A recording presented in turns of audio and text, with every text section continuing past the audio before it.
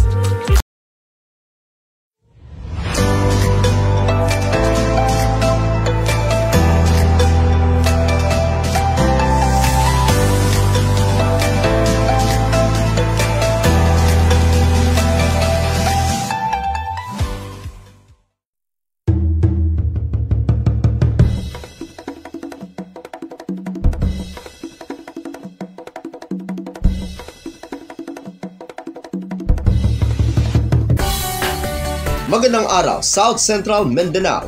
Narito na ang mga pangunahing balita sa Soxygen Headliners ngayon, Nobyembre 15, taon 2024. 2024 SGLG Award muling natanggap ng lalawigan ng South Cotabato. Narito ang ulat. Muling nakatanggap ng prestihiyosong 2024 Seal of Good Local Governance o SGLG Award ang pamahalaang palalawigan ng South Cotabato sa ilalim ng All-in Assessment Approach. Isa ang lalawigan ng South Cotabato sa 714 na Local Government Unit o LGU sa buong bansa na opisyal na kikilalanin sa darating na SGLG National Validation. Upang makuha ang SGLG, kinakailangang pumasa ang isang LGU sa assessment ng Department of the Interior and Local Government o DILG sa lahat ng 10 governance areas o all-in assessment approach na kinabibilangan ng financial administration and sustainability, disaster preparedness, social protection and sensitivity, health compliance and responsiveness, sustainable education, business friendliness and competitiveness, safety, peace and order, environmental management, tourism, heritage development, culture and arts at youth development. Matatandaan na ang lalawigan ng South Cotabato ay naging SGLG awardee rin noong nakaraang taon sa ilalim ng pamumuno ni South Cotabato Governor Reynaldo S. Tamayo Jr.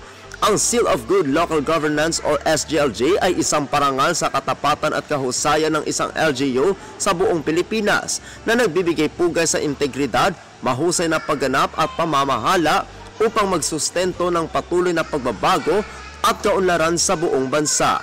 Ako ang inyong kaibigang Apolinario 30 Valencia para sa Soxygen Headliners. 2,000 katao nakatanggap ng AICS program sa lungsod ng General Santos. Narito ang ulat. Nagsagawa ng pamamahagi ng financial assistance sa ilalim ng Assistance to Individuals in Crisis Situations o AICS program sa KCC Convention Center kahapon, ika-14 ng Nobyembre taong kasalukuyan. Pinangunahan ni General Santos City Mayor Lorely Geronimo Pacquiao at Councilor Bobby Pacquiao ang pamamahagi kung saan 2,000 benepisyaryo mula sa sektor ng Persons with Disabilities o PWD at kabataan ang nakatanggap ng 2,000 piso bawat isa. Ito ay naisakatuparan sa tulong ng tanggapan ni Senator Grace Poe na naglalayong magbigay ng agarang tulong pinansyal sa mga pinakamahihirap at pinakanangangailangan sa komunidad. Ako ang inyong kaibigang Apolinario 30 Valencia para sa Soxygen Headliners. Para sa uling balita, Barangay EJC Montilla panalo sa Barco Award, habang ang Barangay San Emanuel nakuha naman ang Kalinisan Award. Narito ang ulat. Ipinrok naman ng Department of the Interior and Local Government ang Barangay EJC Montilla bilang kampiyon sa kompetisyon ng Barco o Barangay Road Clearing Operations noong ika-9 ng Nobyembre taong kasalukuyan. Kabilang sa iba pang nagwagi ang Barangay San Antonio sa ika-2 pwesto at Barangay Virginia F. Grino sa ika-3 pwesto. Ang iba pang finalist ay Barangay Rahamuda, Barangay New Pasig, Barangay Baras at Barangay Upper Katungal.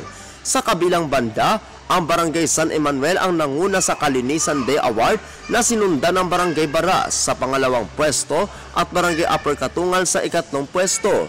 Ang iba pang finalist ay Barangay EJC Montilla at Barangay San Antonio. Ang Barangay Road Clearing Operations ay naglalayong magbigay ng ligtas, walang sagabal na mga pampublikong kalsada na nagbibigay daan sa mas maayos na pag-akses sa mga mahahalagang serbisyo habang ang araw ng kalinisan ay tumutulong sa pagtataguyod ng lingguhang paglilinis ng komunidad at wastong pamamahala ng basura sa barangay.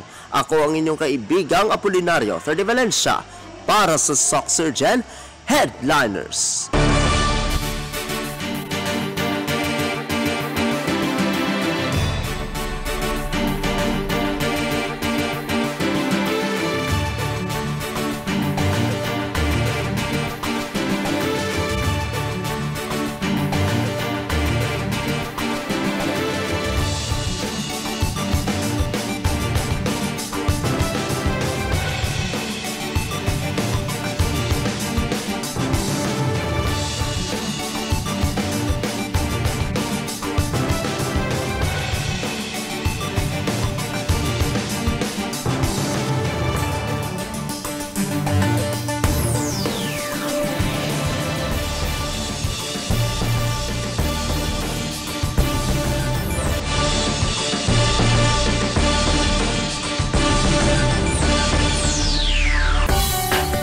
At yan ang kabuuan mga balita sa araw na ito.